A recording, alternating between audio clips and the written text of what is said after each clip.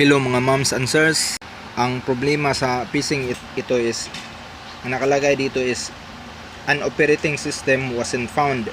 Try disconnecting any drives that don't contain an operating system. Then sa ilalim is ang nakalagay is press any key to restart. So sa problemang ito mga moms and sirs or mga boss, ito ang solusyon ko.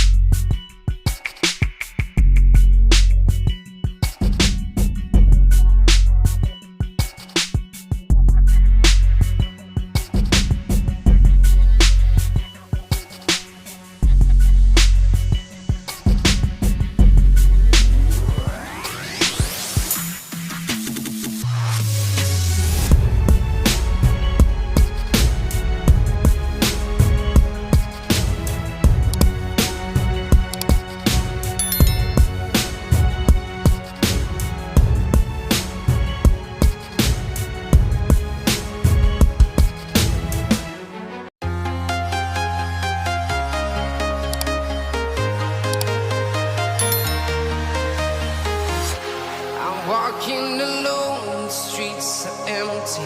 The only thing I can see is my own silhouette. I'm getting stronger,